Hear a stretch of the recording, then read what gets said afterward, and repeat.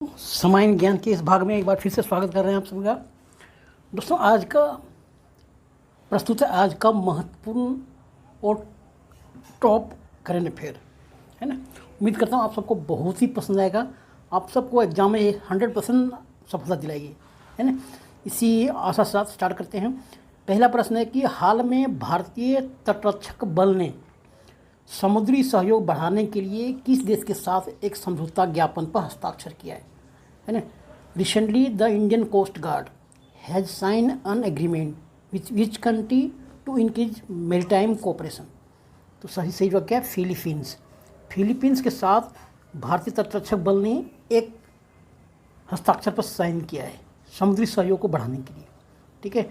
भारतीय तटरक्षक बल ने अपनी समुद्री सहयोग को बढ़ाने के लिए फिलीपींस तटरक्षक बल के साथ एक करार किया है ताकि दोनों देश मिलकर यह कार्य किया जा सके। और ऐसा करने का मुख्य उद्देश्य है दोनों देश मिलकर समुद्री कानून प्रवर्तन, समुद्री खोज और बचाव और समुद्री प्रदूषण के क्षेत्र में दोनों देश बीच भागीदारी बढ़ाना।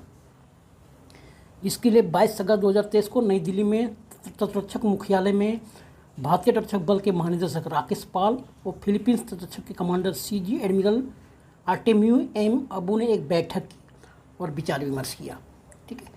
फिलीपींस तटरक्षक बल ने 21 अगस्त 2013 को गोवा का निरीक्षण भी किया है, जो शिपयार्ड का जो था उसका भी निरीक्षण किया उसका, है ना। फिलीपींस की राजधानी का है मनीला और फिलीपींस की पहली राजधानी का है सेबू, ठीक है। आगे बढ़ते हैं। और फिलीपींस की मुद्रा है पेसो, ठीक है। आगे बढ़ते हैं हम। अगला प्रश्न है, हाल में फीबा के नए अध्यक्ष किसे चुना गया? Who has recently elected the new president of FIBA? तो किसे चुना गया? शेख सऊद अली अल थानी को इसे फीबा का अध्यक्ष चुना गया, ठीक है। ये कुवैत के हैं। फीबा का फुल फॉर्म है द इंटरनेशनल बास्केटबॉल फेडरेशन, अंतर्राष्ट्रीय बास्केटबॉल महासंघ इनका हिंदी में नाम होता है। फीबा की स्थापना कब हुई? 18 जून 1932 को। और फीबा का मुख्यालय कहाँ है? ज्यूरिख, स्विट्जरलैंड में, ठीक है। कुवैत के शेख सऊद अली अल थानी को अंतर्राष्ट्रीय बास्केटबॉल महासंघ का अध्यक्ष बनाया गया है, ठीक है। हाल में मनीला के में इसके लिए एक चुनाव कराया गया जिसमें सर्वसम्मति से शेख सऊद अली अल थानी को अध्यक्ष नियुक्त कर लिया गया है और वे हमाने नियांग की जगह ले रहे हैं, है ना। हमाने नियांग से पहले थे अध्यक्ष। इससे पहले भी साल 2002 में शेख सऊद ने एशिया के फीबा अध्यक्ष के रूप में कार्य कर चुके हैं तथा साल 2009 में फीबा के अध्यक्ष भी बनाया गया था, ठीक है। अगला प्रश्न, हाल में भारत सरकार ने रेलवे बोर्ड की पहली महिला अधिकारी किसे नियुक्त किया? Who has recently appointed by the government of India as the first women officer of the railway board? तो जया वर्मा सिन्हा को रेल अधिकारी बोर्ड में नियुक्त किया गया, जया वर्मा सिन्हा को, ठीक है। भारत सरकार ने सुश्री जया वर्मा सिन्हा को भारतीय रेलवे बोर्ड के लिए पहली महिला अधिकारी नियुक्त किया है।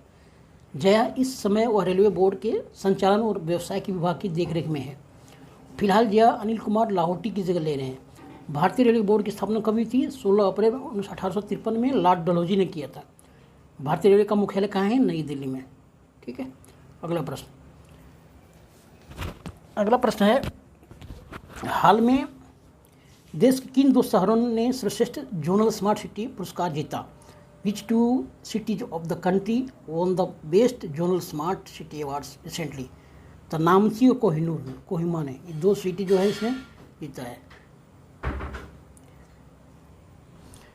नागालैंड की राजधानी कोहिमा ने MOHUA India smart city award contest में पूर्वोत्तर क्षेत्र में सर्वश्रेष्ठ जोनल स्मार्ट सिटी पुरस्कार जीता है। सिक्किम राज्य के नामची और कोहिमा के सर्वश्रेष्ठ जोनल स्मार्ट सिटी पुरस्कार से सम्मानित किया गया।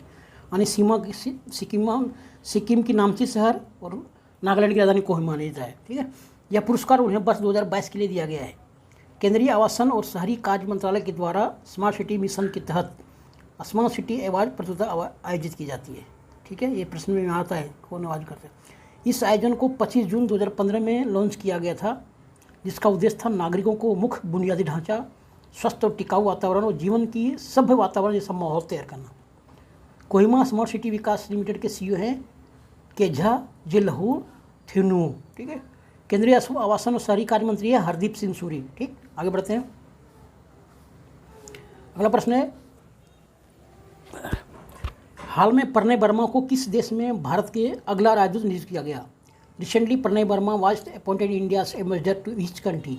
सही जवाब क्या होगा इसका? बांग्लादेश। ठीक है।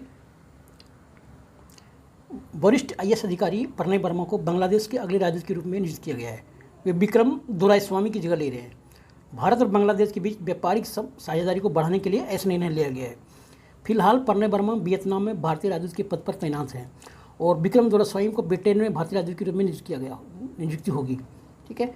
बांग्लादेश राजधानी कहाँ है? ढाका। बांग्लादेश के प्रधानमंत्री शेख हसीना। बांग्लादेश के राष्ट्रपति है शहाबुद्दीन चुप्पू और बांग्लादेश की मुद्रा है बांग्लादेशी रुपया। ठीक, आगे बढ़ते हैं।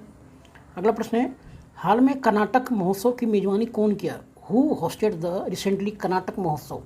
तो सही जवाब क्या है आपका? श्रीलंका ने। श्रीलंका ने कर्नाटक महोत्सव की मेजबानी किया। श्रीलंका ने पहली बार 27 अगस्त को कर्नाटक महोत्सव की मेजबानी की है। यह महोत्सव international cultural council of India तथा स्वामी विवेकानंद कल्चरल सेंटर और MI द्वारा ग्लोबल पीस फाउंडेशन के सहयोग से आयोजित किया गया। श्रीलंका द्वारा आयोजित इस महोत्सव के कर्नाटक के 30 से ज़्यादा कलाकारों ने भाग लेकर प्रदर्शन किया, जिसमें पारंपरिक नृत्य, लोक संगीत, बहुभाषी कविताएं और बेलें और कठपुतली जैसे कई सारे प्रोग्राम शामिल थे। इस महोत्सव में कर्नाटक की संस्कृति और विरासत का उजागर करने पर विशेष केंद्र किया गया। ठीक है। श्रीलंका की राजधानी कहाँ है? कोलंबो। श्रीलंका के प्रधानमंत्री कौन है? दिनेश गुणावर्धन और राष्ट्रपति है विक्रम रणिल सिंघे।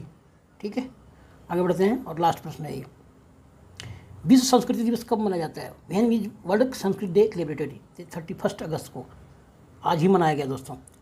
आज सावन पूर्णिमा भी है और रक्षाबंधन भी है। ठीक है। विश्व संस्कृत दिवस हर साल 31 अगस्त को मनाया जाता है और इस साल कुछ खास है क्योंकि 2023 का संस्कृत दिवस बहुत खास है क्योंकि इस दिन सावन का पूर्णिमा भी है और रक्षाबंधन भी है। संस्कृत भाषा के प्रति लोगों में जागरूकता बढ़ाने के लिए यह दिन मनाया जाता है। संस्कृत को देववाणी अर्थात देवताओं की भाषा भी कहा गया है। अगस्त महीने के दिन कौन कौन है देखो?